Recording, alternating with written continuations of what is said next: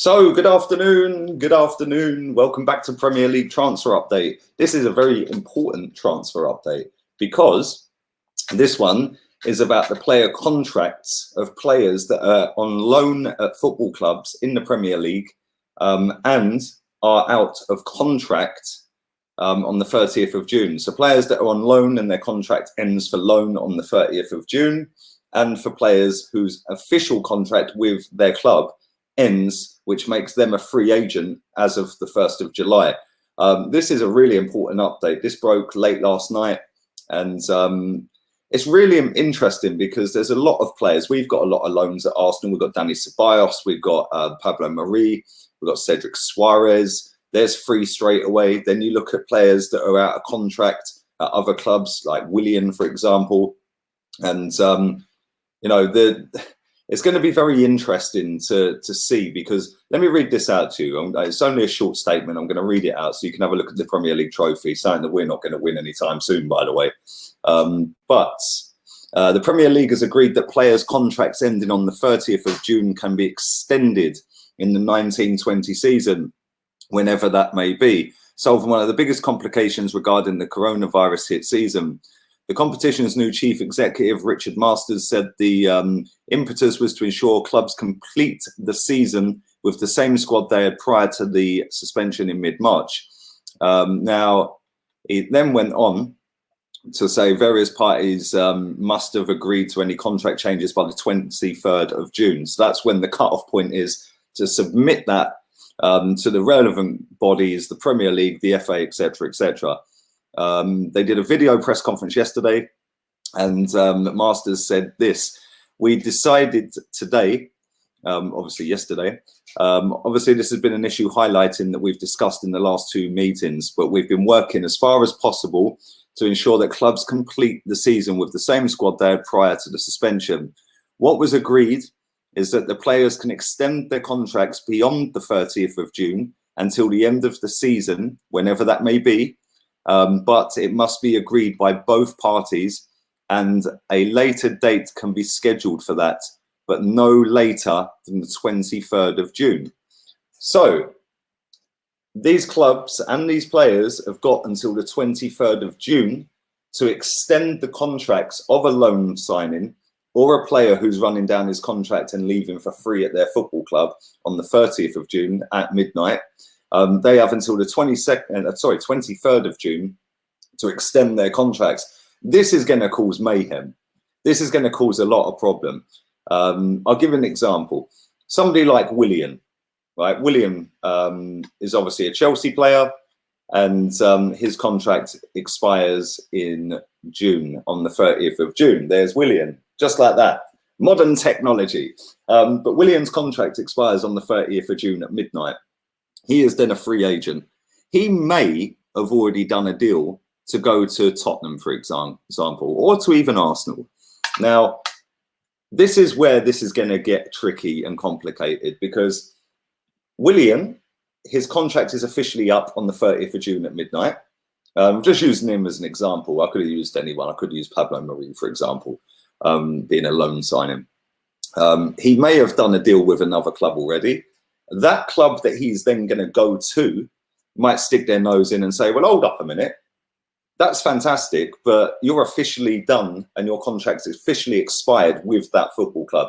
Even though you've not played the remainder of the season, because we're only just starting to do that again now. What if you get injured in July? What if you get injured in July when you were supposed to be officially our player? This is going to cause a lot of problems. I see an employment lawyer on Sky Sports about a month ago talking about this, saying that no law can force these players into doing that and signing that contract. So the clubs can't legally force it. They can ask them. If they don't want to do that, then that's entirely up to the player. There's no law in place that says because of a pandemic and you can't do your job, that they extend a season and then you legally have to sign that piece of paper to say you're going to stay with them until the season's completed. There will be a player, might be Willian, it might be Marie, it might be somebody completely different. It might be somebody across the water in another country that is going to sit there and go, well, actually, I ain't signing that. Yeah, my contract expired on the 30th of June. I'm leaving on the 30th of June. So this is going to cause another whole can of worms to be exploded all over the place. Hakim Ziyech, for example. Hakim Ziyech has already signed for Chelsea from Ajax, and I'm sure there'll be issues with that, you know, because let's say, for example, let me use this as an example, right? Let's say a player, William Saliba, let's use him as the example. William Saliba's on loan at St Etienne. They've cancelled their season and voided their season. Does that mean that William Saliba can come and join Arsenal and play the remainder of the season? I don't think it does, because you have to complete the season with the squad that you had at the start of the season. But you then can't force players to sign an extension on that, because it's down to the player. If the player don't want to do it, then you don't have to do it. There's no law to make him do that. But then can you then put a player in? And I'd love one of you guys to help me out on this, because I haven't seen anything on this. Can William Saliba come and complete the rest of the season with Arsenal because his season's been suspended and voided off, and he's technically our player, and his contract with St Etienne ends on the 30th of June? So after the 30th of June, can he come back to Arsenal and play the remainder of the games that we're going to have? Can he do that? I'm not so sure. But this is going to open up a whole new issue. And there is going to be players that are going to sit there and say, well, actually, I ain't doing it. There might even be clubs that sit there and say, I ain't doing it. Because, listen, the clubs ain't getting any money at the moment. And you can argue whether owners should put money in left, right and centre or not. The fact and reality is just because you have a billionaire owner doesn't mean they're going to keep fronting money at it and putting money into it. Pretty much every football club in the Premier League has a billionaire owner. Some of the championship teams have a billionaire owner.